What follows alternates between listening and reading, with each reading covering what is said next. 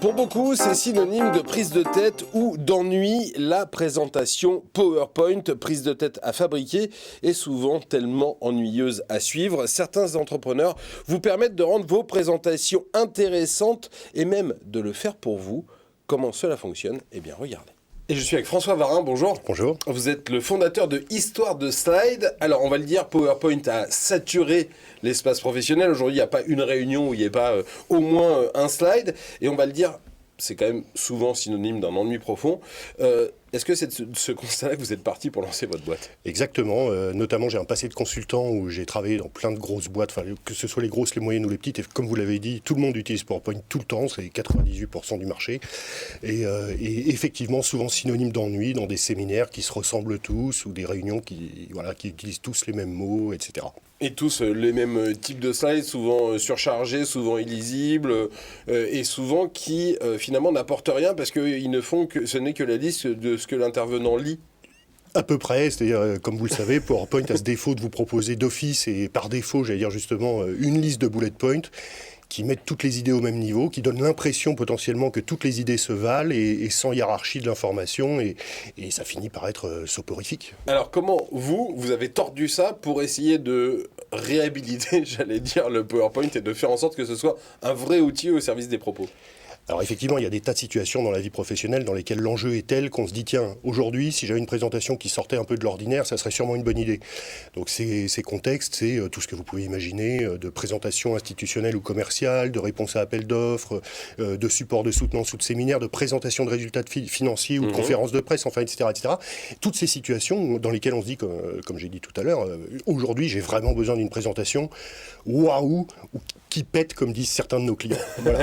Et donc, du coup, comment vous faites? Alors, il y a notre spécificité chez Histoire de Slide, d'où notre nom, c'est qu'on travaille à la fois le contenu, c'est-à-dire l'histoire que vous allez raconter, qui doit être intéressante, voire fascinante, et puis après le design qui doit justement mettre en scène cette histoire. Sachant qu'on utilise généralement, quand on trifouille PowerPoint, personnellement, on utilise 4% du logiciel. À peu près, sans doute. Ouais. Et de ses possibilités. C'est quoi le secret d'une presse réussie? Alors, comme je viens de le dire, c'est d'abord le contenu, évidemment. On a quelques posts d'ailleurs sur notre site web, pour ceux qui ont envie d'aller voir, qui valorisent ça. C'est-à-dire, d'abord sur le fond, est-ce que ce que je raconte est solide et intéressant?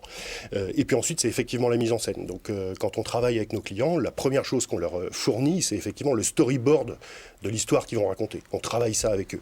Et puis après, il y a le côté design et réalisation des slides elles-mêmes qui dépassent les 4% des fonctionnalités que vous avez évoquées. Et si on n'a rien à dire, on fera jamais une présentation intelligente, on est bien d'accord. J'imagine que ça a un certain prix, tout ça, donc on va pas faire appel à vous pour les slides de la réunion hebdomadaire du lundi matin. Exactement, c'est ce que je disais tout à l'heure, il faut qu'il y ait évidemment un enjeu qui nécessite cet investissement, et quand il y a un enjeu, le ROI est assez évident. En tout cas pour nos clients, il est évident. Voilà.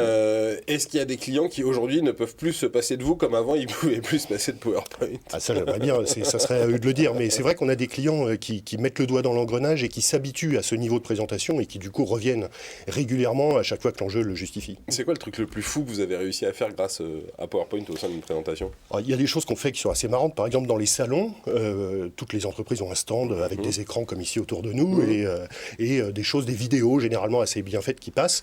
Récemment, pour un client qui avait fait un stand où 3 marques étaient ensemble sur le même stand, ils avaient des vidéos monomarques. Ils étaient un peu gênés de les diffuser parce que justement... L'idée, c'était d'avoir les 3 marques. Exactement, voilà.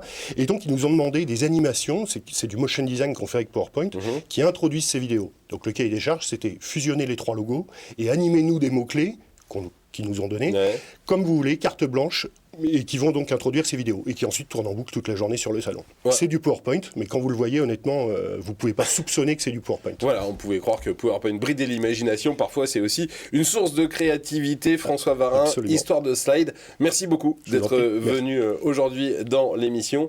Cette émission, elle est finie pour aujourd'hui, mais on va se retrouver très bientôt sur Demain TV. Je vous souhaite une excellente soirée. Salut.